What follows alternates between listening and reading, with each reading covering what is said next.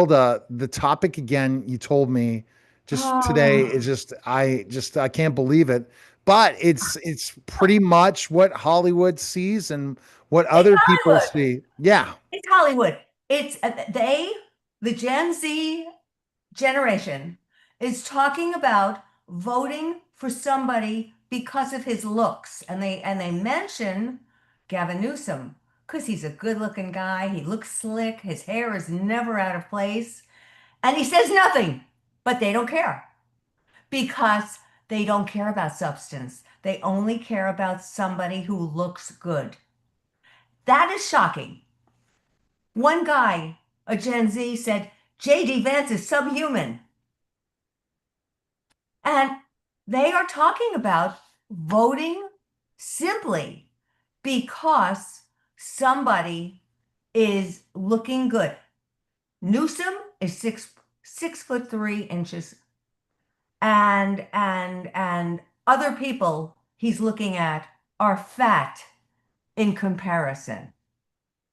This is really, really stupid and frightening because if this is the way people are going, or the babies are going, the Gen Zs are going, why should we go to school? Why should we get an education? Why should we become adroit in even AI if our substance is not important to anybody? Well, What is the point of it?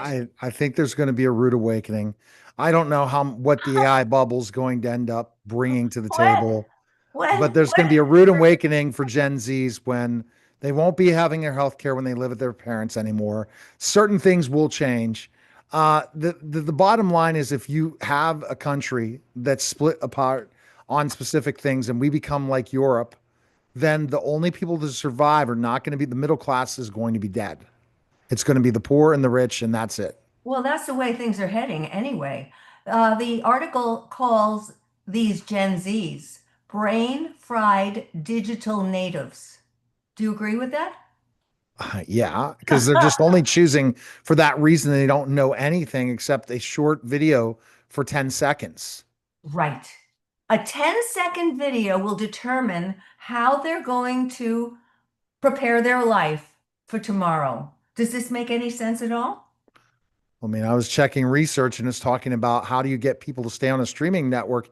You got to catch them in the first 3 seconds or you've lost them. Oh, what have I said all So you along? tell me, but Three true. seconds to grab them, 5 seconds to hold them. Otherwise, they're out. They could But care if less. you don't have anything that looks the right attractiveness or different specific things, they won't even watch. Well, what is the right attractiveness? Everybody has a different taste. Some Exactly. people love fat people. Other people love skinny people. What do you do? How do There's you appeal to nothing. the audience? I'll tell you how to appeal to the, this is what I do when I train somebody for the media. You must know your audience. Must know to whom you're speaking. You must know these people are on this side, those people are on that side, and you must know how to grab them. Again, 3 seconds to grab them, 5 seconds to hold them. After that, they're out the door. They could care less. Don't forget that these people are used to watching videos, quickie videos. Why do you think the things that we do, the little shorts, are so popular? Because they hold attention for only a short amount of Yeah, moments. people spend 7 to 10 hours a day scrolling, or even more. Okay, so I have a PhD. You have probably a master's, right? Yes, We went to school for a lot of years. yes. And I am constant. Look at all the research. You were just quoting about people only willing to stick around for the first 3 seconds, and I said, yeah, you grab them at 3 seconds and you hold them for 5 seconds, and that's it. And then they're out. How do we know that? Because we've been reading and studying. What did that article call them? Brain fried digital natives do not do this research. Research, that's against their religion.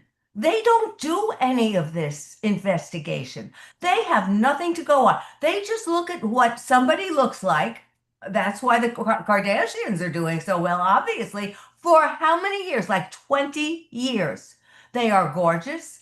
They're homogenized. Everything on their body has been changed and altered to look absolutely stunning. And this is the model that young people are looking at as what they want for themselves, what they want to partner with. And there's no substance. None. One of the Kardashians, when I was working for one of the tabloids, one of the Kardashians showed a letter one of her big football boyfriends had written to her. It was illiterate. And I commented, I said to the tabloid, this is what they find attractive.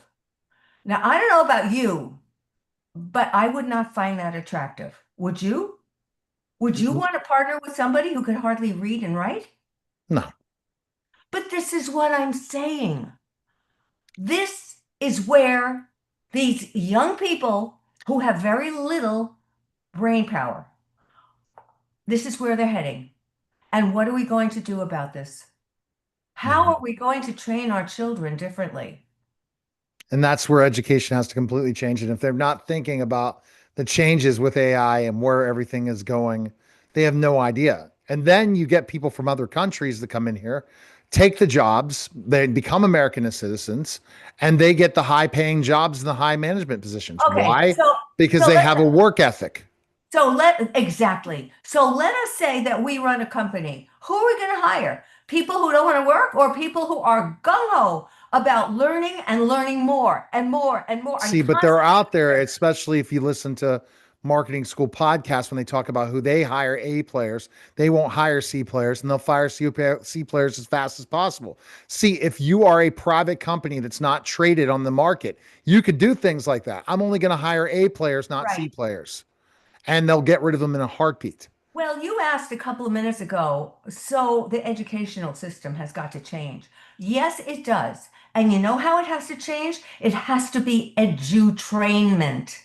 It has to be educational, but it's got to be entertaining as well. If you're a teacher, if you're a school administrator, in competition with all the beautiful minds and that the things that they see on TikTok and Instagram. We are in competition with all of those things. And if we don't grab them, again, 3 seconds to grab them, 5 seconds to hold them, and then they're out.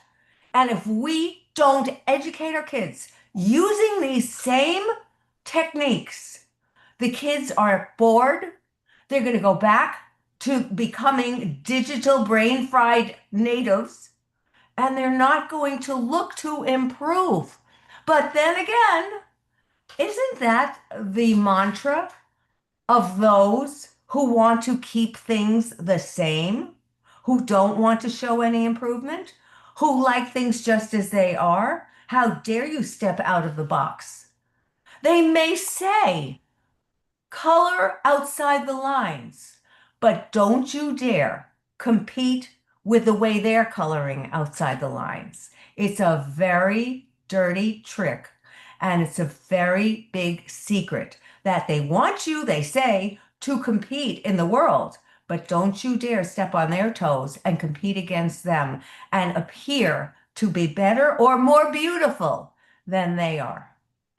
See, but it's interesting that you keep saying this, but the biggest thing that companies are doing now is they're firing their C players. They're firing they're not productive workers. They're the first to How go. did the C players get their jobs? Were they DEI hires? Potentially that, and they also were Oh, so COVID that's money. COVID and money. okay. So they were hired DEI, they were hired COVID desperation in desperations, and the companies are looking around. Look, companies, I teach this on the MBA level. Companies are in business to make a profit. Somebody doesn't like that, they're in the wrong country because we're a capitalistic country here. As much as some people try to change it and swish us into a socialistic mindset. We are a capitalistic country and we are in business. Every single company is in business to make a profit. We're not here to make you feel good. And a lot of these Gen Zs come in and they want to be taken care of and they want the company to to make them feel good and they want to be stroked. It's impossible to do a job like that and reach for the bottom line that the company is trying to reach for. Totally. Okay. So go to drgilda.com, schedule a call with Dr. Gilda. It's a new year, a new time to get Yeah. help. And And the new people, you. It's a new you. new You can you. make it any which way you want. Take the book, open it, put the page against the other page, and understand this is a new you, a new chapter, a new year, and you could be anything you want. God bless you. Okay. All right. That was a special simulcast of the Neil Haley Show and the GildaGram Podcast, guys. Take care.